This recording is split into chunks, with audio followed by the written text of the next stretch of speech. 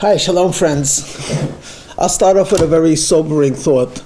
By the time you finish listening to me, you will have aged. That's right. You've become older.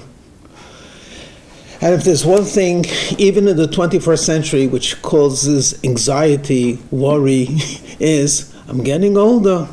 And when you get older, inevitably you get weaker in your body. And when your body gets weaker, eventually you die. So it's like sort of no one likes to age. No way out of it, huh? There was one cynic that said, it took me 75 years to become mature enough and wise enough to know why I should live. And from then, it's all downhill. It shouldn't be the other way around. So it seems to me that we have the wrong attitude towards aging. And let's talk a little bit about that. You know, if I want to buy an antique, okay? So let's say I'm looking for a vase from the Ming Dynasty, and I trace it down to some wonderful collector. He shows me a beautiful vase, and it's like in pristine condition. And I say, I'm looking for the antique. Don't show me a replica made in Hong Kong.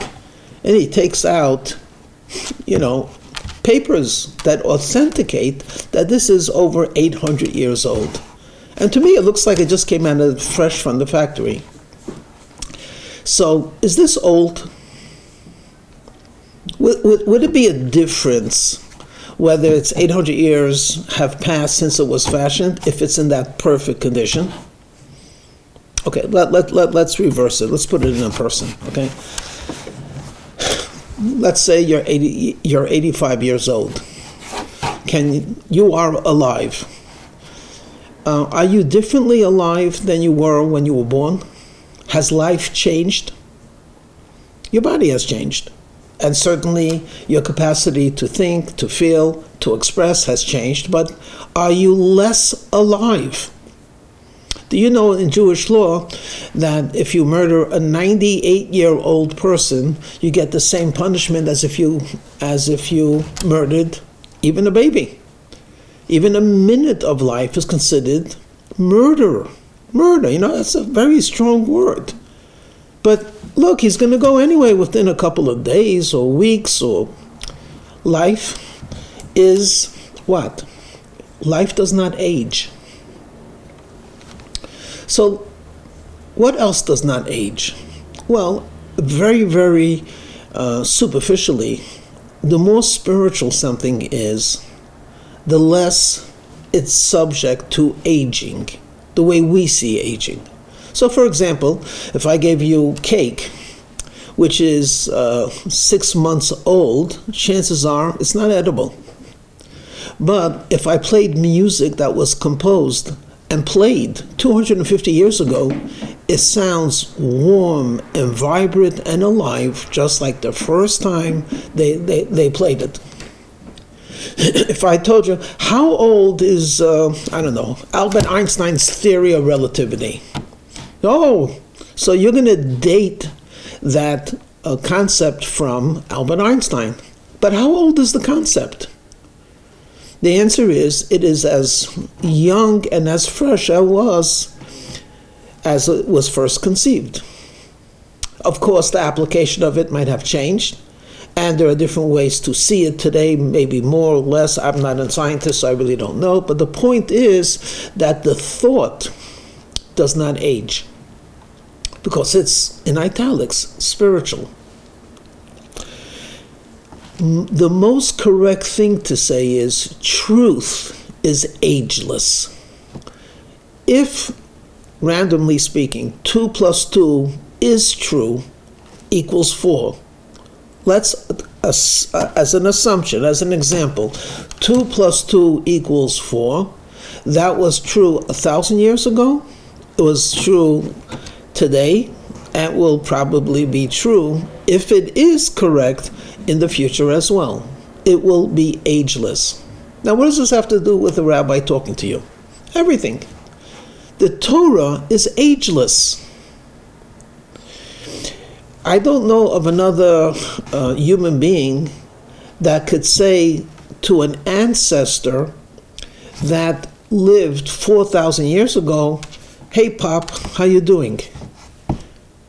The God of Abraham is Avraham Avinu. He's my father. He's your father. And if there's a convert, it's the convert's father. Literally, as if we just gave birth. The Torah is truth. The expression is, it's the seal of God. And God's seal is truth. It's not old. We don't have an old Torah. We have a fresh Torah. Every single day, it is brand new. How I will apply it and use it will be up to me. My body will age, but not my soul. My desires will be modified, but not me. I remain the same. So when we look at the Jewish people are not an ancient people. The Jewish people are a very young nation. And being that we're coming at the end of a holiday season, I'll focus just on one. We had the Day of Atonement. And we look at ourselves, we said, a whole year passed. I am carrying such a heavy burden of guilt, things that I should have done that I didn't do, things that I did that I shouldn't have done, and so on. Sins, capital S, of omission and commission. And then I can't go on. I just can't carry this burden. And then comes the Day of Atonement, and God said, "What are you talking about? What sin? I'm looking at you. I'm looking at your soul. I'm looking at my child. I'm looking at my people. That's fresh. That's clean. They're pristine." And with that faith and belief, I'm ready to start the year all over again, because I am newly born. I have a new opportunity, brand new. Makes no difference what happened in the past. That was the body. The truth, the soul, that's ageless. So we're starting a Jewish New Year. And what should we expect? What can we hope for? And in a way, what should we demand of ourselves?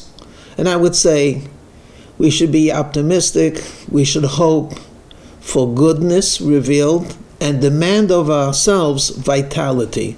No, do not take jaded or tiredness or, heaven forbid, apathy as a way of life.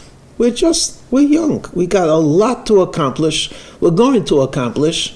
And with God's assistance at all times, we will accomplish. Shalom.